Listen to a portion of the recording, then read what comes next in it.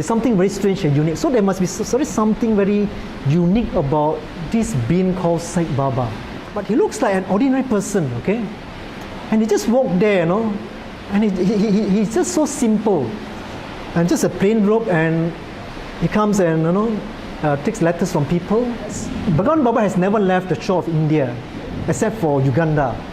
But yet, I met devotees coming from all over the world. Iraq, Iran, Japanese who hardly speak English, Germans who hardly speak English, people from Russia, UK, Hong Kong, Taiwan, Singapore. And as I get to know him more and more and read about his teachings more and more, I find that what drove people to him is that quality called love. Okay. Who is Sai Baba?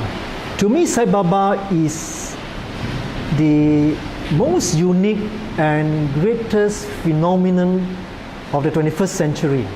I believe that the individual transformation is very, very vital. Baba said we must change ourselves, we must transform ourselves before we can transform the world. So the inner transformation is something which Baba always stressed, love.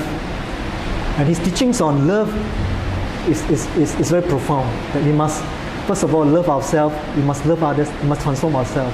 Then our family will change, then society will change, then the world will change. In Chinese culture, the filial piety is the foundation stone of Chinese civilization. And this is what Baba stressed, that we must always love our mother. Then when we are able to love our mother, then only then we are able to love others. His heartfelt affection for Indian holy man Sri Sathya Sai Baba is obvious in all that he does and says. Billy Fong is the president of the Sathya Sai Baba Central Council of Malaysia. Welcome to Souljourns. This interview was recorded in Kuala Lumpur, Malaysia in 2006.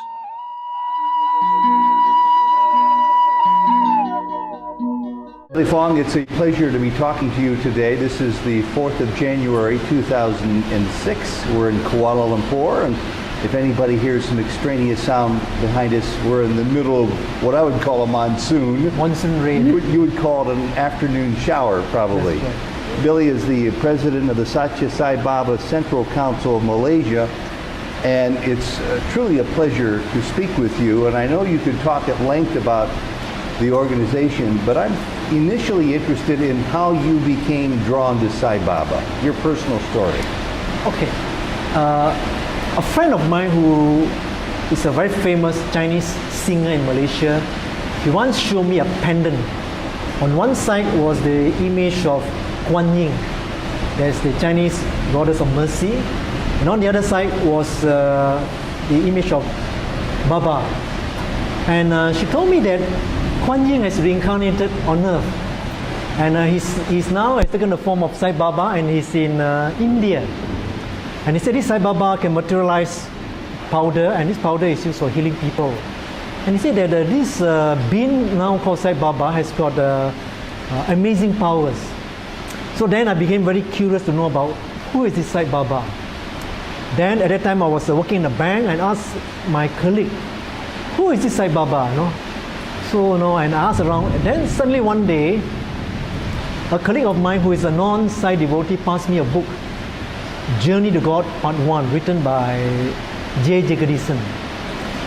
And I read through the book, and I found that his Sai Baba's message makes sense, So I was attracted by his teachings, great universality, okay? And his teaching answered my queries about why are there so many religions in this world, okay? And each religion said that they're the best. Then I was also attracted by the vibhutis, the miracles. So at the back of the book there was address of a Sai Center. So I went to a Sai Center. But when I came to Sai Center, I don't see any vibhuti there. You talk so much of vibhuti, Then I went to another Sai Center to look for the vibhuti. But I never see this vibhuti, But then what attracted me was the service activities that they had in the center. They activated old folks home, blind home, visit a handicapped home, orphanage. And that was what attracted me to the center, and that's how I stick on to this center until now, since some 20 years ago. So when you were first drawn then to Sai Baba, through Jagadishan's writings and through your understanding of what you now know as seva, That's right. selfless service to humanity, were you surprised that at your age, with your spiritual interests, that all of a sudden it blossomed into something far greater? I would imagine this might be the most spiritual period of your life.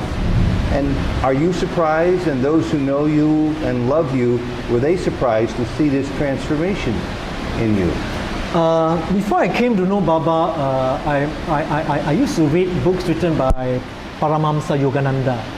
So there's this, I think, spiritual yearning inside me. I used to read books like Lobsam Rampa, and during my school days, I try to practice, stuff like, astro traveling, all this stuff, So when I came to know Baba, and I think what struck me was that I was given the opportunity to do service, and that struck me a lot. But surely the tradition that you came from must have put a certain amount of focus on service to others as well. I mean, that's not a brand new concept, is it? That's right. I was basically a born Buddhist. Although I go to the Buddhist temple, but at that time, the service was emphasized in the temple that I went to. So when I came here, the opportunity was there for service. And then what was it about your further understanding of Sai Baba that continued to keep you interested? Was it long thereafter that you met other Sai Baba devotees, or that you made the pilgrimage to Puttaparthi to meet this man for yourself, whether it was in Whitefield or Puttaparthi? What was it that advanced your interest? Okay, when I first came to Sai Baba, I started reading a lot of books about him. Then after about a year, then I told myself that I must go and see him, to explore him. So I went there and I stayed there for 21 days, And at that time I don't know anyone, so my routine was early morning, go for darshan, omkar, and I came back, I hardly talk to anyone. As the days goes by, then I find a kind of a cleansing inside me, that something seems to touch my heart, that there's something which I must do in life, And I remember, before I... Baba speaking.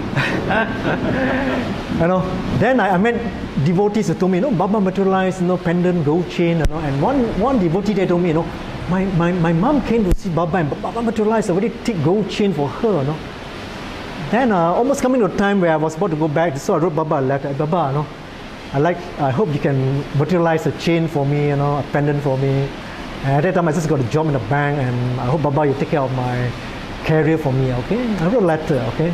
I waited for him to come and take the letter, But then he didn't come and take the letter from me. Then something inside me tell me, okay, that if he is the avatar of the Kali Yuga, you must ask something very precious from him. You must ask something that's worthwhile from him. Why do you ask all these things from him?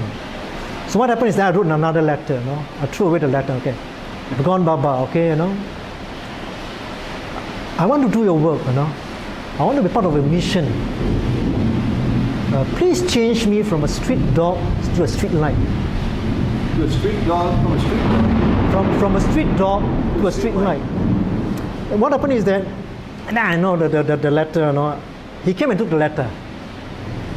Then after I came back, at that time I was a very a quiet devotee, I wasn't very active, Then when I came back, then Brajega, then one day he came to me and told me, Billy, I'm looking for a youth coordinator.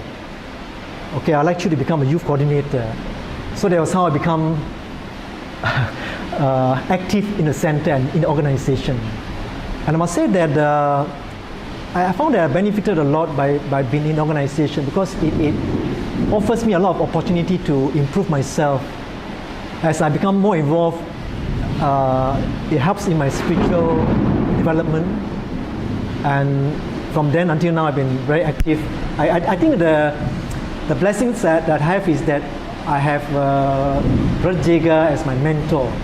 So I've been following him for many, many years, in his secretary, in many of projects. And that's how I stay on. I think the leadership is very important, okay? Brother Jacob been a charismatic leader. So this is where I think for our Sai movement to grow in the world, the center leader is very important, that he must give a lot of love, which I find in Brother Jaga, no? Brother Jaga, as you refer to him, is known around the world because of his love of Sai Baba, Jagadishan. He's written many books. He has lots of ways of helping to spread Baba's love and Baba's purpose here. How is knowing Baba and having Jaga as your mentor help to change your life? When people ask me frequently, it's interesting to hear about the stories of Baba materializing rings, but how has Baba transformed your life? And I find that a very curious question, and so I'm asking you too. I think what is most important is the teachings of Baba. The teachings of Baba is something that is self-transforming. And I was lucky to have Jaga with me as my mentor, because he during Bhajan he will explain the inner significance of Bhagawan Baba's teaching. And he put it in a very simple way that you understand. And he leads by example, you know. I remember once I went to the old folks' home, and we are supposed to feed the old folks, and that was my first visit there, you know. So I was holding the bowl. Oh, no, I wasn't too sure what to do, and Jerry came along, come, let's feed. And he showed by example how we should feed the old folks. You know, so that's how I learned from him so much, you know. So now you are, I'm sure, undoubtedly a mentor to other new people, to Baba. Oh, I am still learning. I hope to. A basic question that many people like to hear the answer to is, who is Sai Baba? Okay, who is Sai Baba? To me, Sai Baba is the most unique and greatest phenomenon of the 21st century. I remember my first trip to India, okay? For me, my expectation, hey, this Baba is God. When they come out, there must be you can feel a surge of energy and, you know, there's some aura, you know. But he looks like an ordinary person, okay? And he just walked there, you know, and he's just so simple. And just a plain robe, and he comes and, you know, takes letters from people. And then, as I observe him, okay, I find that when I was in Puttapati, okay, why I say that he's the most unique and the greatest phenomenon of the 21st century, because why? As Bhagawan Baba has never left the shore of India, except for Uganda. But yet, I met devotees coming from all over the world. Iraq, Iran, Japanese who hardly speak English, Germans who hardly speak English, people from Russia, UK, Hong Kong, Taiwan, Singapore. For Europeans to visit India is something which is quite normal, especially during the Beatles time, okay? But for people from so many countries to visit India, it's something very strange and unique. So there must be something very unique about this being called Sai Baba. And as I get to know him more and more and read about his teachings more and more, I find that what drew people to him is that quality called love. Wonderful.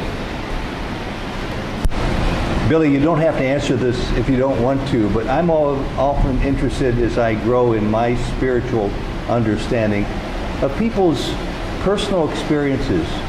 Why? Because they help me understand at a deeper level how Baba affects people in such a striking way. Is there anything that comes to mind from your years of being a devotee now, of a personal experience that might be useful in helping people to understand that Baba is different than the traditional way, no matter which spiritual tradition we spring from, we think of prayer?